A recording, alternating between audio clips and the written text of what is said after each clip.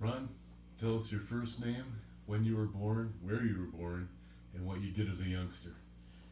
Uh, Good afternoon, John. I was born in Mauston, Wisconsin. Back in Wisconsin, I was born in 1956, and I grew up in a little town called Camp Douglas, a town, and went to a little school in the Toma School District. That's where I became a young man. Any brothers or sisters? I have two younger sisters. I was the oldest of three kids. Okay. You guys play a lot of games? Played a lot. Played baseball just about every day of the summer. I had two friends that came up from Oak Lawn, Chicago, and couldn't wait till they'd get there, and they would spend, as soon as school got out, they'd spend the whole summer. And their dad gave us the lawnmower, and we took out a great big field and mowed the big field, and had our own baseball diamond, and out in this farmer's field. Sounds like you had a good time. Great time. We had real bases. I found out later as I got older, teenager, that the only reason we had bases, they had went to the park district in Chicago and taken the bases out of a park district, and we had the real deal. So we had real bases and everything. So, with your sisters, what did you do different things with them as well? One sister was quite a bit older, or quite a bit younger than me, and there was one sister that was 2 years. So she was made the catcher and everything else. I mean, we played a lot of sports together, and she wasn't as involved. I mean, I definitely had the passion for sports. So, tell me about high school, or maybe we'll start at middle school. When did you really start getting into sports? Football was my love. I mean, I grew up a Green Bay Packers fan, and was Paul Hornung was my idol. I always wore number 5, and so that was a real key. And I wanted to be when I found out when I was real young that I could kick a ball quite far. I remember winning punt, pass, and kick when Ford sponsored it, and I won that for I think 4 or 5 years, and I was a real good kicker. And I attribute that to my ski jumping. I learned to ski jump when I was about 7 years old, and how that happened was my grandfather owned the highest point in Monroe County, and down in the valley, he had his house up on top of this big hill. Down the valley was where they farmed, and when I was by the time I was 7 years old, Grandpa was done farming, so he took the hay, he cut the hay mower and cut a in run for me, and took the barn door off the barn and put it up on stilts, and we covered it with hay, and then we waited. I prayed for the first snow, and then about 3/4 of the way down, he had this scaffolding where I would go off this ski jump. So I'd make 30 jumps, probably 30 jumps on a weekend, and then I would carry, as a 7-year-old, there were 7-foot skis, big, long things, heavy, and I would walk back up that big hill, and I didn't know how to stop, so sometimes I'd be stopping a 1/4 of a mile after I went off the jump. It was a long way to stop, and then I have to walk those skis clear back to the top. Well, there was no such thing as weightlifting or weight training or strength training, but I think walking those hills from the time I was 7 till I was about 16, I think it gave me really strong legs, and I was able to punt a ball and kick a ball pretty far. High school, a 3-sport athlete? Yeah, I played 3 sports. Played baseball, basketball, and football. Football was my love. I spent hours and hours and hours kicking a football. I mean, I went to the very first kickers camp that was ever held in the United States, and it was held at River Falls, Wisconsin, and it was pretty interesting because the kickers was Tom Dempsey, a gentleman that had a partial foot, Jan Stenerud, Mike Eichscheid, the punter from the Vikings, Fred Cox, the kicker for the Vikings, and like I said, Jan Stenerud was just coming off the Super Bowl, and then so we had those 4 kickers there. We were there 5 days. It was really interesting because by the 5th day there wasn't a single kicker in camp that could could kick because we had just like a pitcher throws out Yeah. their arm. We all threw out our legs. It was about 4 weeks, 3 weeks at least later before I could kick a ball because my leg was so sore from kicking every day. And back in the day, nobody ever thought that you could keep kicking to the point where you'd actually throw out your leg, and that's exactly what happened. Did you guys win any championships football wise? We won the conference a number of years. Baseball, we won every year. I was very famous coach I had for baseball was named Dipper Dade. He played in the Cubs organization, and I don't know what years, probably 14th, 15th, 16th year one in the conference championship. I know we won 17 in a row before we didn't win the conference. And interesting was we won the conference 3-2 against Baraboo. I remember vividly winning the conference championship that day.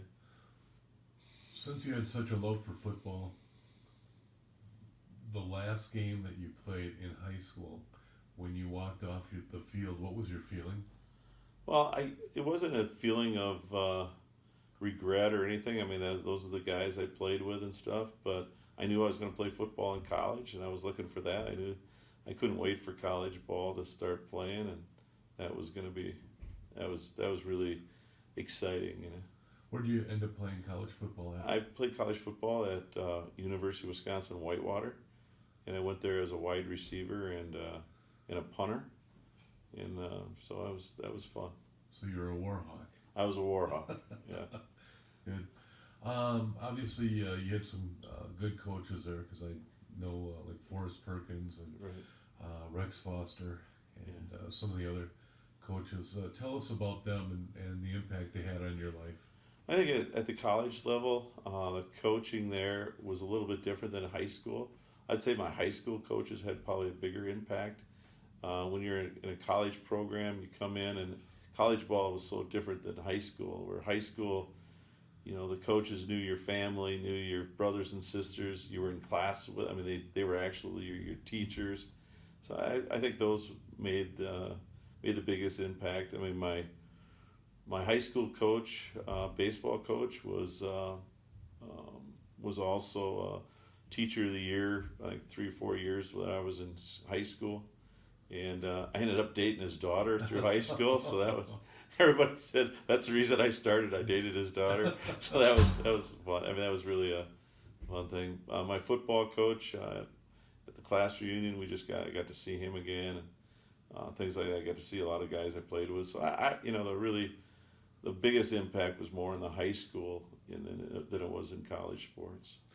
So when you stepped off the field for the last time in college, what was the feeling like? Well, I think the realization was when I didn't get invited back for the next year. I sent a letter. I hadn't heard, and they said, "Ron, we're going to go in a different direction," and with our kicking game, and that was like, wow. And then it was kind of like, well, do I keep at it, or do I get on with my life and do something else? So I think that was it was the summer when I realized I wasn't going to be going back to play college football. I mean, football had been a part of my life since 7th grade. I played football constantly, and all of a sudden, it wasn't going to be there. So that was a real shocker. I mean, I kicked, continued to kick, hoping that I'd get an invitation to come back. A straight-on kicker or a soccer style? I was a straight-on kicker. Like Fred Cox then. Yeah, I was a Fred Cox. Yeah, and I tried soccer style. I tried, but it wasn't in my genes. The guys that could kick soccer style were superior to those of us that kicked head on. And that's kind of what happened to you then? Yeah, basically that's definitely what happened. But I was very consistent. I mean, from 40 yards in, it was a pretty sure thing. But that wasn't, they were looking. I was good at kicking off and stuff, but the game was changing. These guys that could kick soccer style were making them consistently from 50 and under in. Where I could make them from 45 or 47, but it wasn't as consistent as the big, the guys that could kick soccer style. You come out of college and you get into education. Tell us about being a teacher and also being an administrator? Well, I think the biggest thing as a teacher was, you know, one of the things is I love being a classroom teacher, but I love being a coach. Coach was the thing. I came out hoping I'd get to coach football, and which I did. I was at 22 years old. I was the youngest head coach in the state of Wisconsin. I was coaching guys that were 4 years younger than me. You know, I friends with some of them today, and you know, I look at them, it's like, holy cow, they look older than me. You know, but yeah, at the time that was pretty interesting to be coaching guys that were that much younger. You know, and it's kind of sad. You know, some of the kids over the years, you know, some of them have passed on because of cancer and things like that. I've outlived a lot of some of the guys that I coached that I have really fond memories of. So I came out, you know, as a coach. I coached two sports, baseball and football, and I love both. There's other things that you've done in between, but you were in education for about 8 years, I believe. Yeah, 8 years, 7 years in the classroom, and then another 8 years in administration. You know, working with the disabled. So that was a really a great time in my life too. I mean, I learned a lot about myself and about other people, and you know, overseeing a staff and so forth. That was a really great learning experience. You right now are involved with downhill skiing out of the Wausau, Wisconsin area, Granite Peak, which is an absolutely beautiful place to ski, especially if anybody's listening or watching and they are looking for a place to go. It's a great place to go. Tell us about how you got involved in that. Well, that was kind of an accident. I spent 3 years out here in Williston, and then on my way home, I got a call from our son, who said, "Dad, I need you to come coach for me, to be my FIS coach," which means those are athletes that are racing on an international basis. So came home to be his FIS coach, and at Granite Peak, he was the head coach. There was a program director over him, and so I was just his assistant coach, which was really exciting. I was excited to be back in Wisconsin and still coaching. And so when I went back, and then it was within a year, our son and his wife had a couple of our young granddaughters, and the program director at the same time took a job out in Colorado running a large company, and our son stepped down as the head coach. And then next thing you know, it was like, okay, I'm out of a job. You know, I was a FIS coach or whatever, but within 2 weeks after all that happened, the board of directors at Granite Peak, the ski team, contacted me and said, "Would you consider being our head coach and program director? We'd like you to do it full time for us." Something that I had, you know, was definitely in my mind the dream job that I'd always hoped for. So that's really great. I agreed to a 3-year commitment, and I just finished my second full year as the program director and head coach and just agreed to a 5-year extension. So I'll be there another 5 years. So I'm pretty excited about that. Great. Tell us about one of your superstar athletes. I think a lot of them are superstars in the sense that they've achieved a lot of things besides skiing. I mean, I've had a lot of my athletes. I've probably coached about 2,500 ski racers in 42 years. I'm starting my 42nd year, and every single one of them have a really fond place in my heart. I could tell you a story about every single one of them. I mean, I was fortunate enough to be the junior Olympic coach of Lindsey Vonn. Most of you know her as Lindsey Vonn. She was her real name was Lindsay Kildall at the time before that, and she was gifted at that age. It was just basically, as a coach, keep your mouth shut, don't screw her up. She's really, really good, you know. So coached her for about a week and a half, so that was pretty cool.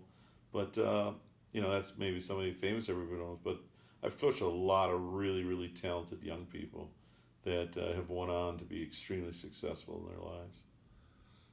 So you're going to do it for another 5 years? At least. At least, okay. You're at a point where in your life that if you wanted to retire, you could kind of walk away right, and do that. So obviously there's a great love there. Where's that passion come from? I think it's the passion comes from working with young people and seeing them develop, seeing them achieve things they never dreamt possible, things that they never ever felt it was possible. I guess one really short story I can share with you is I had a young lady one time that when she was 17 years old qualified to race in the Super G at Aspen. And this is a young girl that never had left the UP of Michigan, basically. And went out to a couple training camps with me in Colorado, but never raced on a big stage. And she went and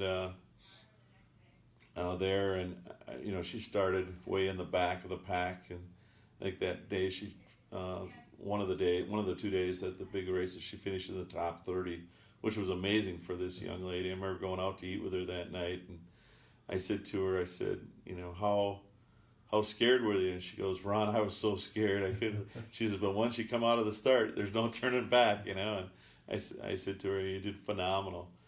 Fast forward about 8 months, and she's now a freshman in college, and I get a call from her mom, and her mom said, we're really concerned she's going to drop out of college.